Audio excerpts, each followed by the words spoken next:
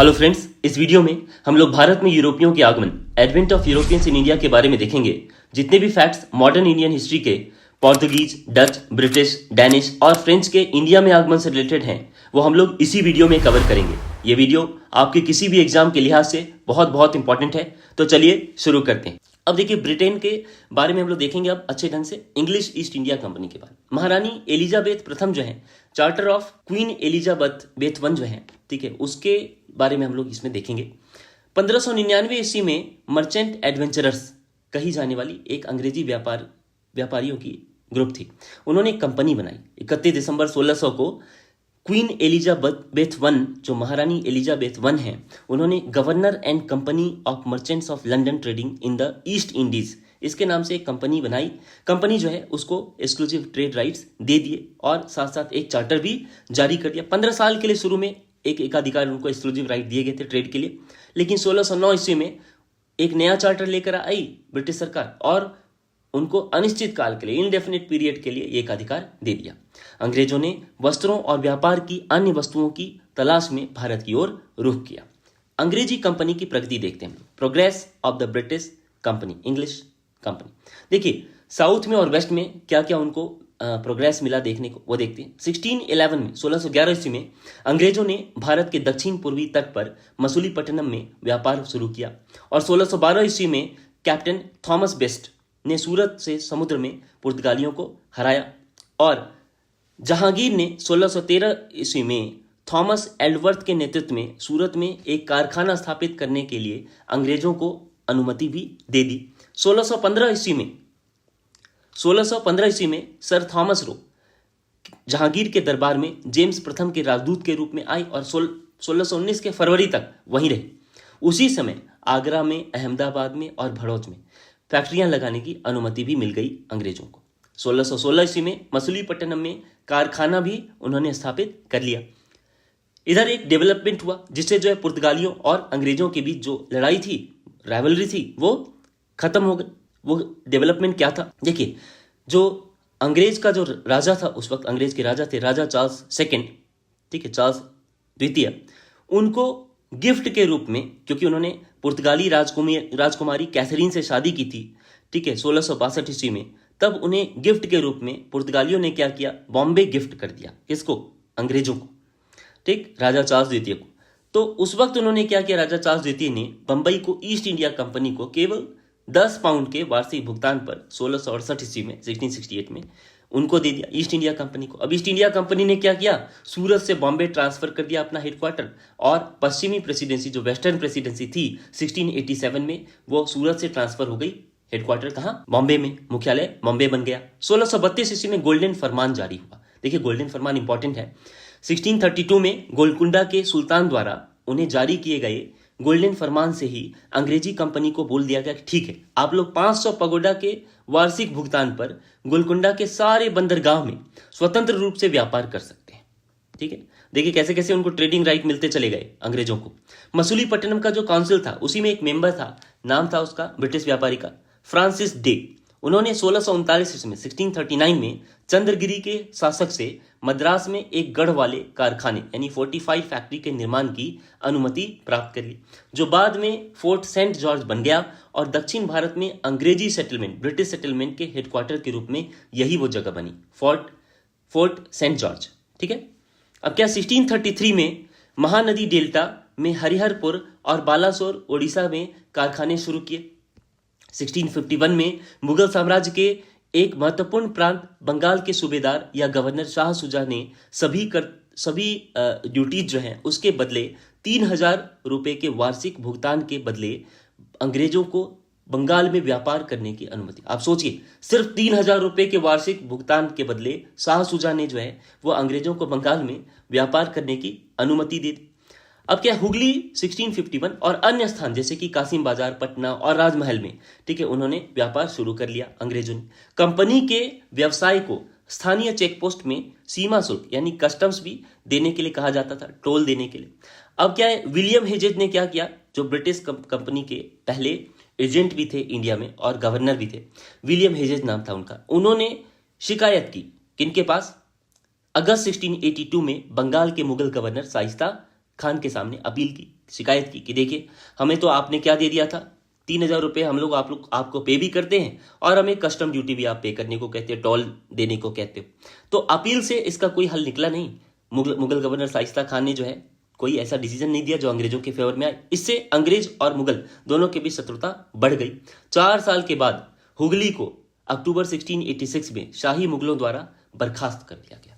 तो अंग्रेजों ने क्या किया, जवाबी कार्रवाई में जो आधुनिक गार्डन रीच है ना थाना, उसमें शाही किलों पर कब्जा कर लिया और पूर्वी मिदनापुर में हिजली पर हमला कर दिया और बालासोर जो उड़ीसा में पड़ता है उसके मुगल किलेबंदी पर भी हमला कर दिया। तो अंग्रेजों को इस तरह से काफी झेलना पड़ गया मुगलों का क्या रेसिस्टेंस, क्योंकि मुगल जो है ठीक है वो काफी अग्रेसिव हो गए कि अरे हमारे किले पर उन्होंने कैसे कब्जा कर लिया।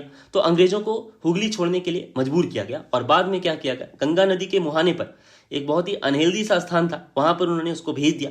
जो कंपनी एजेंट था उस वक्त इंग्लिश ईस्ट इंडिया कंपनी का, जॉब चॉर्नक था, उसने कहा कि नहीं अब तो ऐसे काम नहीं चलेगा, बातचीत करना पड़ेगा। मुगलों के साथ फरवरी 1690 ईस्वी में उन्होंने एक संधि करी और अगस्त 1690 ईस्वी में सुतानुती वापस आ गए। तो सुतानुती जो है ठीक है वो तब बंगाल में था। 10 फरवरी 1691 को एक शाही फरमान जारी किया गया जिससे फिर से कि ठीक है 3,000 रुपये आप देते रहो प्रतिवर्ष और आप जो है व्यापार को संतोषपूर्वक आप जारी रख सकते हो।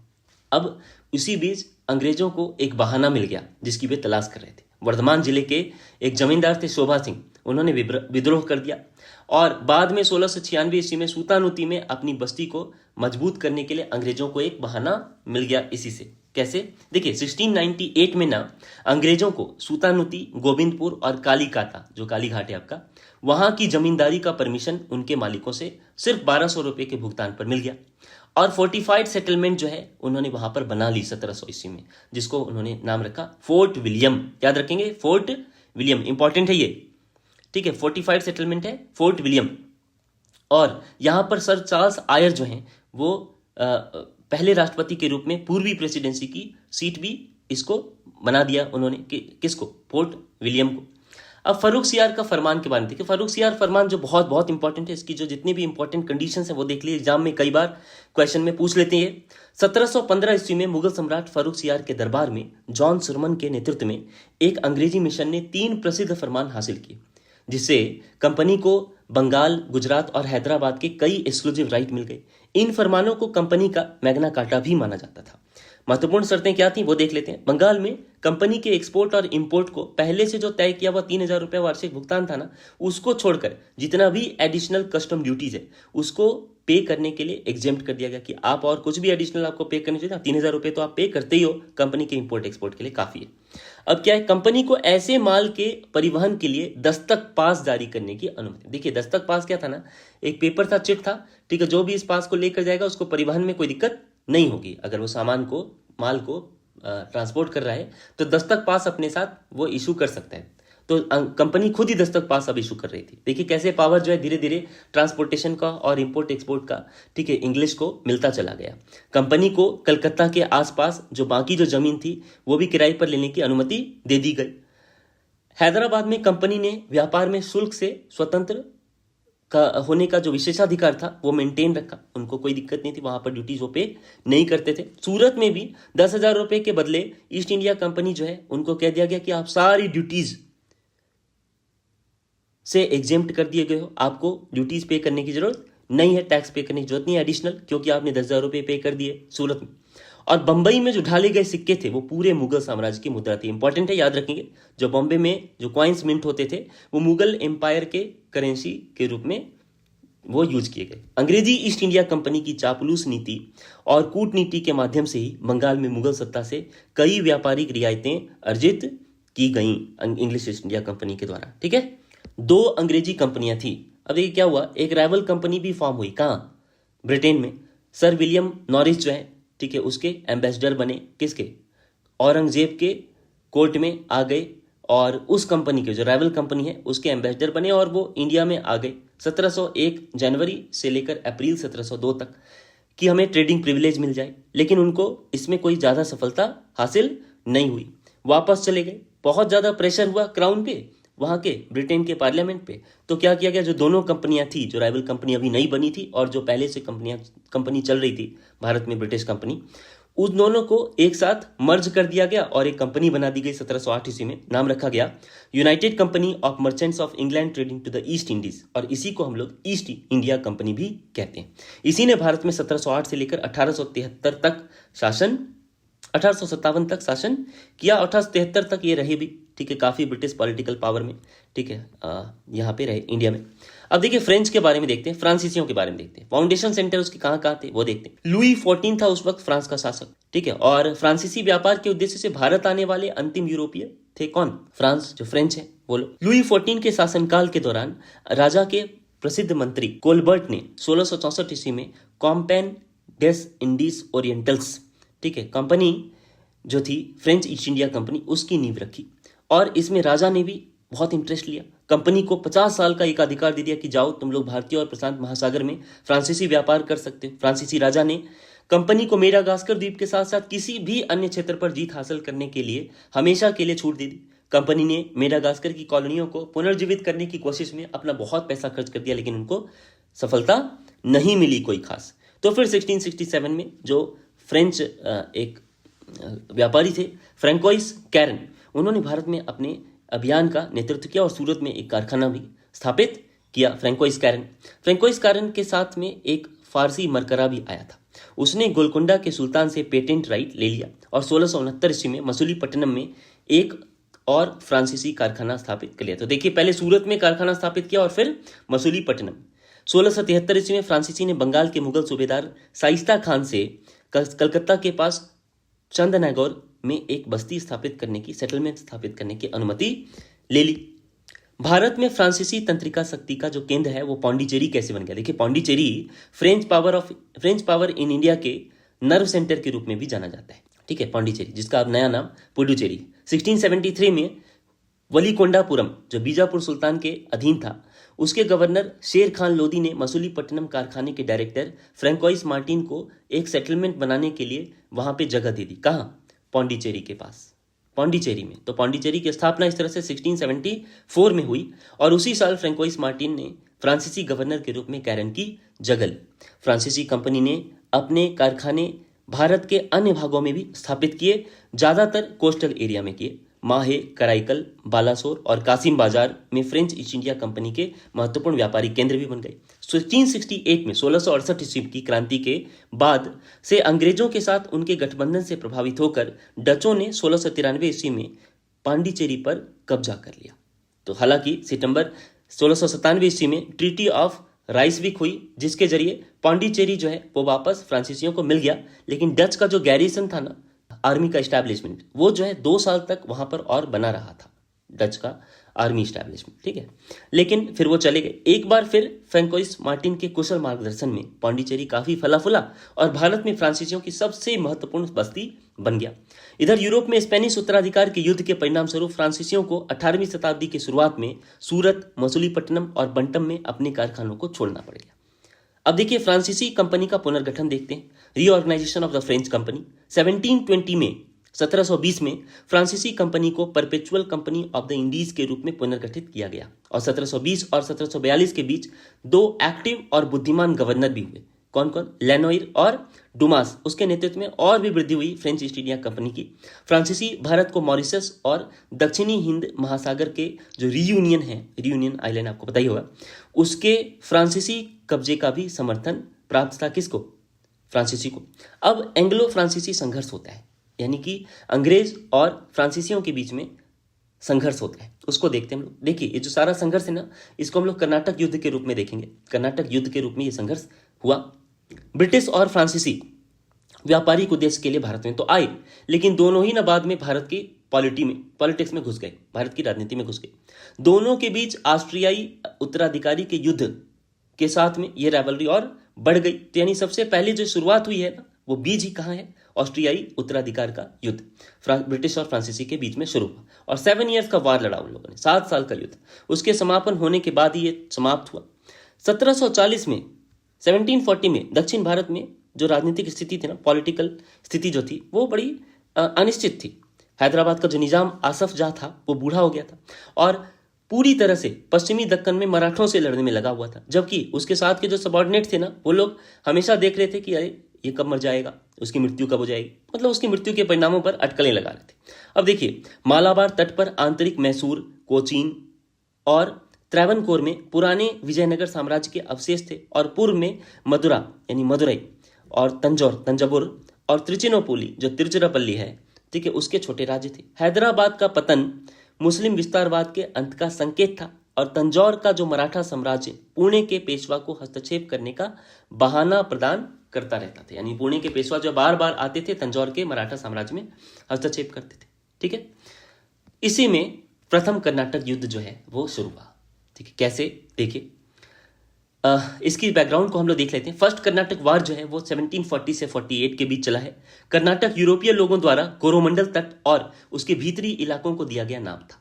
ठीक है, जो कर्नाटक है वो कोरोमंडल तट और उसके भीतरी इलाके, उसके लिए कोरोमंडल तट के भीतरी इलाके के लिए वो लोग यूज करते थे नाम, क्या, कर्नाटक।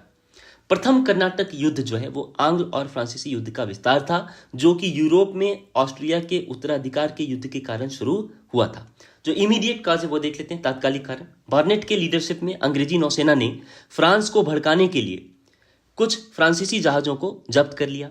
फ्रांस ने 1746 ईस्वी में मॉरिशस के फ्रांसीसी गवर्नर एडमिरल लॉ बोरेडोनिस की लीडरशिप में मद्रास को जब्त करके जवाबी कार्रवाई की, और इसी कारण प्रथम कर्नाटक युद्ध प्रारंभ हो गया। किसके बीच? अंग्रेजी और फ्रांसीसियों के बीच। ठीक है, अंग्रेजों और फ्रांसीसियों के बीच। प्रथम कर्नाटक युद्ध को सेंट थॉम मद्रास में की लड़ाई के लिए जाना जाता है। मद्रास में है सेंट थॉम, जो फ्रांसीसी सेना और कर्नाटक के नवाब अनवरुद्दीन की सेनाओं के बीच लड़ी गई थी, जिनसे अंग्रेजों ने मदद की अपील की थी। कैप्टन पैराडाइज के तहत, कैप्टन पैराडाइज की एक लीडरशिप थी, उसमें छोटी फ्रांसीसी की डिसिप्लिन सेना ने अद्यर नदी के तट पर सेंट थॉम में महफूज खान के नेतृत्व में मजबूत भारतीय सेना को हराया। ये जो भारतीय सेना थी, ठीक है, वो महफूज खान के नेतृत्व में थी। ठीक है, जो भारतीय सेना थी, ठीक है, वो ब्रिटिश के द्वारा सपोर्टेड थी। ठीक है, इसको हरा दिया किसने? कैप्टन पैराडाइज ने। ठीक है, वो फ्रांसीसी अनुशासित सेना का नेतृत्व कर रहे थे। अब देखिए क्या है रिजल्ट। पहला कर्नाटक युद्ध जो है वो 1748 में समाप्त हुआ। तब जो है एक्स-ला चैपल यानी एक्स-ला चैपल की संधि हुई, उसमें ऑस्ट्रियाई उत्तराधिकारी युद्ध जो है वो समाप्त हो गया। संधि की शर्तें ये थी कि मद्रास को वापस अंग्रेजों को सौंप दिया गया, और बदले में फ्रांसीसी को उत्तरी अमेरिका में अपना क्षेत्र वापस मिल गया। अब क्या है, ये आता है कभी कभी एक्स-ला चैपल संधि, आप इसको देख लेंगे। दूसरा कर्नाटक युद्ध 1749 से 54 के बीच में हुआ। फ्रांसीसी गवर्नर डुप्लेक्स ने अंग्रेजी को हराने के लिए स्थानीय राजवंशीय विवादों में हस्तक्षेप करके दक्षिणी भारत में अपनी शक्ति और फ्रांसीसी राजनीतिक प्रभाव बढ़ाने की मांग की। तात्कालिक कारण देख लेते हैं, इमीडिएट काज क्या था। 1748 में हैदराबाद के स्वतंत्र राज्य के संस्थापक निजाम उल मुल्क की मृत्यु हो गई, और मराठों द्वारा कर्नाटक के नवाब दोस्त अली के दामाद चंदा साहब को भी रिहा कर दिया गया। तो चंदा साहब जो है उन्होंने सोचा कि अब हम बन जाते हैं क्या यहाँ पर निजाम के पुत्र नासिर जंग के हैदराबाद के सिंहासन पर बैठने का इधर विरोध होने लग गया, क्योंकि जो निजाम का बेटा था नासिर जंग वो सिंहासन पर बैठना चाहता, जबकि पोता जो है मुजफ्फर जंग उसने कहा नहीं, ठीक है, मैं बना हूं क्या मुगल सम्राट का कर्नाटक का गवर्नर, इसीलिए मैं ही हैदराबाद का निजाम बनूंगा। फिर क्या हुआ, कर्नाटक में अनवरुद्दीन खान की नवाब के रूप में नियुक्ति से चंदा साहब नाराज भी थे। तो फ्रांसीसियों ने क्या किया, दक्कन और कर्नाटक में मुजफ्फर जंग और चंदा साहिब के दावों का समर्थन किया, जबकि अंग्रेजों ने क्या किया, जो अपोजिशन है, ठीक है, उसका सपोर्ट किया, नासिर जंग और अनवरुद्दीन का पक्ष ले लिया। मुजफ्फर जंग, चंदा साहिब और फ्रांसीसियों की संयुक्त सेना ने मिलकर 1749 ईस्वी में 1749 में अंबूर जो वेल्लोर के पास है उसकी लड़ाई में अनवरुद्दीन को हराया और मार भी डाला। अब तो देखिए अनवरुद्दीन को सपोर्ट कौन कर रहा था, ब्रिटिश, यानी एक तरह से ब्रिटिश की हार हुई।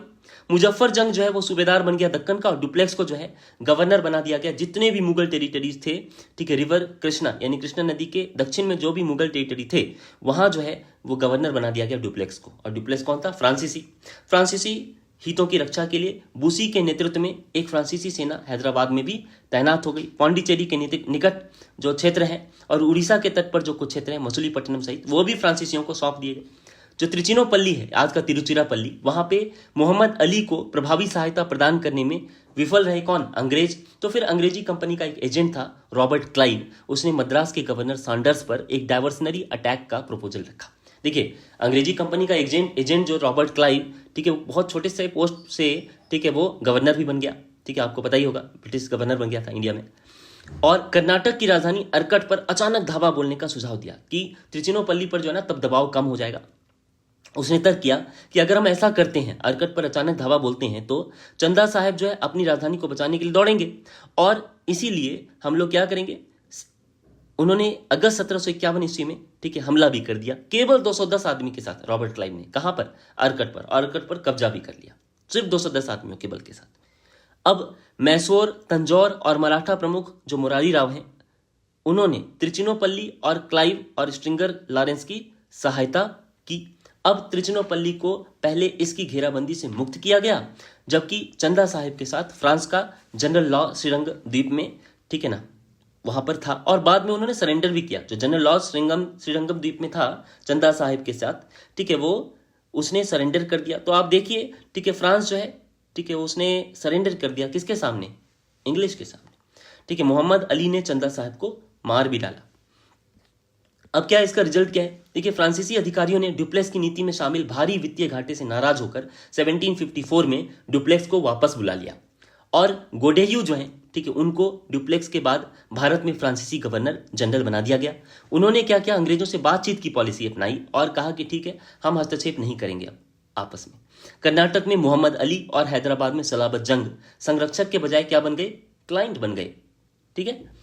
तीसरा कर्नाटक युद्ध होता है, थर्ड कर्नाटिक वार, 1758 से 63 के बीच। ऑस्ट्रिया 1756 में सिलेसिया को पुनः प्राप्त करना चाहता था और इसीलिए 7 साल की लड़ाई 1756 से 63 के बीच लड़ी गई।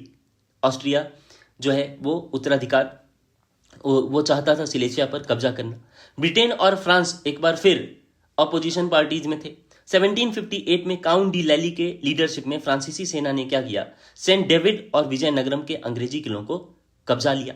अब अंग्रेज जो है अग्रेसिव हो गए और उन्होंने क्या किया? जवाबी कार्रवाई में मसूलीपट्टनम में एडमिरल डी आचे के नेतृत्व में फ्रांसीसी बेड़े को भारी नुकसान पहुंचाया। अब देखिए, वांडीवास की लड़ाई हम लोग देख लेते हैं, इंपॉर्टेंट है ये। बैटल ऑफ वांडीवास जो है वो थर्ड कर्नाटक वार के दौरान ही लड़ी गई। 22 जनवरी 1760 का दिन था और तमिलनाडु के वांडीवास में ये लड़ाई जो है अंग्रेजों ने फ्रांसीसियों से जीत ली। अंग्रेजों के जनरल आयरकूट ने काउंट थॉमस आर्थर डी लेली के लीडरशिप वाली फ्रांसीसी सेना को पूरी तरह से भगा दिया और बुस्सी को प्रिजनर बना के भी ले गए। बुस्सी प्रिजनर बन गया। 16 जनवरी 1761 को आत्मसमर्पण करने से पहले लैली जो है, ठीक है, जो आर्थर डी लैली है, उन्होंने पौंडीचेरी में 8 महीने तक बहादुरी से उन्होंने लड़ाई लड़ी, बचाव भी किया, लेकिन बाद में उन्होंने सरेंडर कर दिया। जिंजी और माहे की हार के साथ भारत में फ्रांसीसी शक्ति सबसे निचले स्तर पर आ गई और लंदन में युद्ध बंदी के रूप में लिए जाने के बाद लैली जो है फ्रांस वापस लौट गया, जहां उसको कैद कर लिया गया और 1766 में उसे मृत्युदंड भी दे दिया गया। और देखिए इसका क्या रिजल्ट है और क्या इंपॉर्टेंस वो देखते हैं। पेरिस की शांति संधि जो हुई 1763 की हुई और फ्रांसीसियों को भारत में उनके कारखानों को बहाल कर दिया गया। युद्ध के बाद फ्रांसीसी राजनीतिक प्रभाव गायब हो गया भारत में और भारतीय उपमहाद्वीप में अंग्रेज जो है वो सर्वोच्च यूरोपीय शक्ति बन गई, क्योंकि 1759 में वो ऑलरेडी बिदर की लड़ाई में डच को हरा चुके थे, तो अब फ्रांसीसी ही बचे थे, वो भी हार गए।